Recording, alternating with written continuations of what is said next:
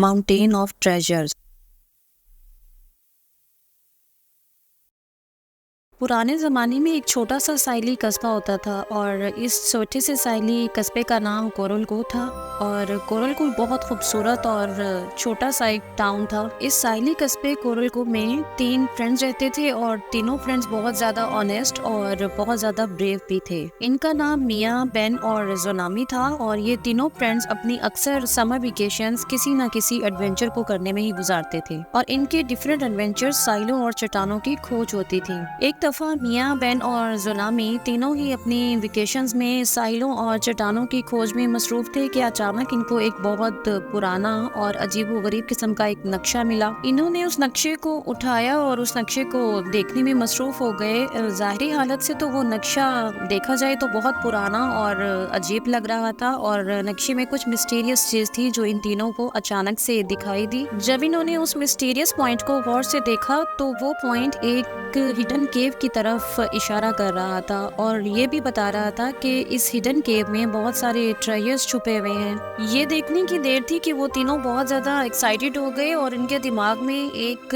New journey और एक नई चीज को एक्सप्लोर करने के आइडियाज आने लगे। और फिर इन तीनों फ्रेंड्स ने फैसला किया कि वो इस मिस्टीरियस केव को तलाश करेंगे और वहां जाकर उन तमाम हिडन ट्रेजर्स को भी फाइंड आउट करेंगे। तो इन्होंने अपनी जर्नी को स्टार्ट करने और उन चीजों को एक्सप्लोर करने के लिए कुछ सामान साथ रखने की तैयारी शुरू कर दी। अपने सामान में इन्होंने फ्लैश लाइट्स, बहुत ज्यादा लॉन्ग रोप्स और अपने खाने पीने के लिए बहुत अच्छे और मजेदार स्नैक्स भी अपने बैग में पैक किए। और इसी तरह अपना ये सामान से भरा हुआ बैग लेकर वो सुबह सवेरे अपनी जर्नी की तरफ निकल पड़े। ये तीनों जिस मिस्टीरियस केव को तलाश करने के लिए जा रहे थे उस केव को केव ऑफ एकोस कहा जाता था और ये एको केव अपने अंदर छुपे हुए बहुत ज्यादा कंजेस्टेड टनल, अपनी सरगोशियां करने वाली कहानियों और अपने अंदर छुपे हुए बेशुमार खजानों के लिए बहुत ज्यादा फेमस थी। और कहा जाता था कि इस केव में ये खजाने पुराने जमाने के पायरेट्स ने छुपाए थे। इन सब चीजों के बारे में सोचते हुए ये तीनों फ्रेंड्स अपनी जर्नी को कंटिन्यू कर रहे थे। रास्ते में उनको बहुत सारे अजीबोगरीब चैलेंजेस का सामना भी था। जाहिर है ये जर्नी इतनी आसान तो नहीं थी, लेकिन मिया, जोनामी और बेन बहुत ज्यादा ब्रेव थे और वो हर किस्म के चैलेंज का सामना करने के लिए भी तैयार थे। ये हिडन केव कुछ ज्यादा दूर नहीं थी, इसलिए वो तीनों थोड़ी ही देर के बाद इस एको केव के पास पहुंच गए। और जैसे ही वो इस केव ऑफ एको में एंटर हुए तो बहुत ज्यादा ठंडी हवा का झोंका उनसे टकराया और अंदर जाने से पहले उन्हें इस एको केव के डिफरेंट एडवेंचर्स के बारे में बिल्कुल भी आइडिया नहीं था कि यहाँ पर बहुत ज्यादा खतरनाक और डिफरेंट किस्म के एडवेंचर्स उनका वेट कर रहे हैं। और इस केव में इनका सबसे पहला चैलेंज यहाँ पर शैडो की डिफरेंट रिडल्स थी। इनको इस शैडो से बनी हुई भूल भुलैयों के बारे में बहुत ज्यादा एहतियात करने की जरूरत थी। उनको इन शैडो से बनी हुई रिडल्स को नेविगेट करना था और जैसे जैसे ये इस शैडो रिडल्स पे चलते जा रहे थे ये शैडो रिडल ट्विस्टेड और टर्न होती जा रही थी और उनके अपने ही फुटस्टेप की आवाज उनके कानों में गूंज रही थी। इन शैडो रिडल्स ने इन तीनों की अटेंशन को डाइवर्ट करने की पूरी कोशिश की ताकि वो अपना रास्ता भूल जाएं। लेकिन मिया के पास डायरेक्शंस को फाइंड आउट करने की बहुत अच्छी और यूनिक स्किल थी और इस तरह वो अपने फ्रेंड्स को गाइड करती रही और वो इस शैडो रिडल से बाहर निकल गए। और जैसे ही वो इन रिडल से बाहर निकले तो इनके सामने इनका अगला चैलेंज था जो इनका इंतजार कर रहा था और इनका नेक्स्ट चैलेंज था द ब्रिज ऑफ विस्पर्स। और जैसे ही वो इस एको केव के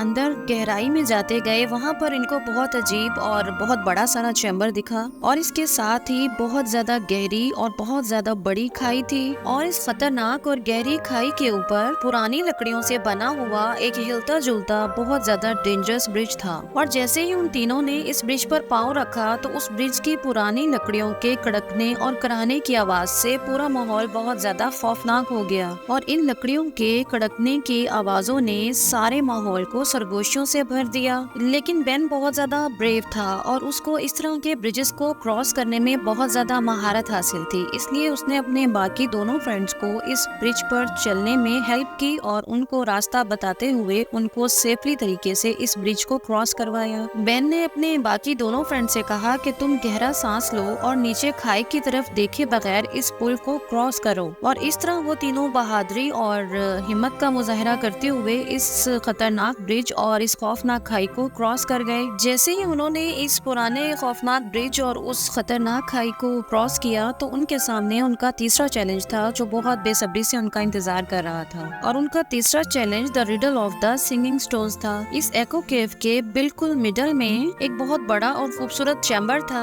ये चैम्बर बहुत ज्यादा ग्लिटरी जेम से भरा हुआ था। ये ग्लिटरिंग जेम्स बहुत ज्यादा रेयर और प्रीशियस लग रहे थे और इन ग्लिटरिंग जेम्स की हिफाजत 3 डिफरेंट डोर्स कर रहे थे। और इस चैलेंज में इनको इन तीनों डोर्स में से किसी एक डोर को चूज करना था। जो डोर बिल्कुल एग्जैक्ट था, उनको सिंगिंग स्टोन्स के इस रिडल को सॉल्व करने के लिए उस सही डोर की तलाश थी। और जोनामी को रिडल सॉल्व करने का बचपन से ही बहुत ज्यादा शौक था, इसलिए उसने इस रिडल को बहुत आसानी से सॉल्व कर लिया और उसने डोर नंबर 2 को चूज किया जो इनको डायरेक्ट उस एको गार्ड के एंड में ले गया। और जैसे ही उन्होंने सिंगिंग स्टोन्स के रिडल को क्रॉस किया तो उनके सामने 4th चैलेंज था और इस चैलेंज का नाम द ट्रेजर ट्रूव था। और ये वही ट्रेजर ट्रूव था जिसके बारे में उस पुराने नक्शे में इस एको केव की तरफ पॉइंट आउट किया हुआ था। और इस तरह वो इन तमाम चैलेंजेस को क्रॉस करने के बाद अपने ट्रेजर ट्रूव तक पहुंच गए और उन्होंने देखा बहुत ज्यादा प्रीशियस हीरे जवाहरात, सोने से बने हुए बहुत ज्यादा शिमरी पर्ल्स और बहुत ज्यादा यूनिक और डिफरेंट क्रिस्टल्स के बने हुए मोती इन सब की आंखों को बहुत ज्यादा फैसिनेट कर रहे थे।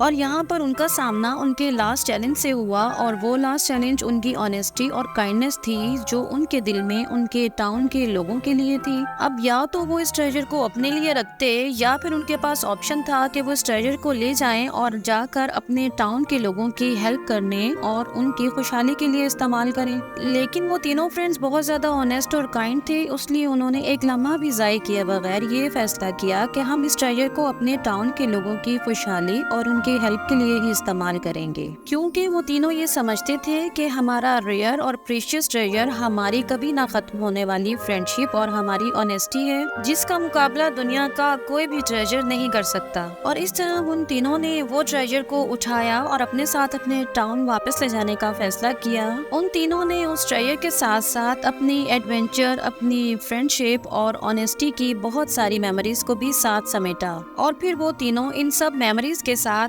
बहुत प्राउडली अपने टाउन में वापस आ गए और अपने एडवेंचर, अपने ट्रेजर और अपनी ऑनेस्टी और फ्रेंडशिप की ये सारी बेमिसाल जर्नी उन्होंने अपने टाउन के लोगों के साथ शेयर की। और इस तरह वो ट्रेजर उन्होंने अपने टाउन की खुशहाली और वहाँ के रहने वाले लोगों की हेल्प के लिए यूज किया और उनका टाउन बहुत ज्यादा हेल्दी और हैप्पी हो गया। और अब जब भी वो तीनों फ्रेंड्स साथ नजर आते तो उनकी वो मुस्कुराहट बहुत ज्यादा खूबसूरत और किसी रोशन सूरज की तरह चमकती थी। और उनका ये खूबसूरत फ्रेंडशिप का रिश्ता किसी भी चैलेंज से ज्यादा मजबूत था। और केव ऑफ एकोज में मियाँ, बेन और जो की ये तमाम स्टोरी हर किसी को बहुत ज्यादा फैसिनेट करने लगी और उन सबको हमेशा एक ही बात याद रहती थी कि दुनिया का कोई भी खजाना उनकी ऑनेस्टी और फ्रेंडशिप के मजबूत रिश्ते से ज्यादा इम्पोर्टेंट और कीमती नहीं हो सकता।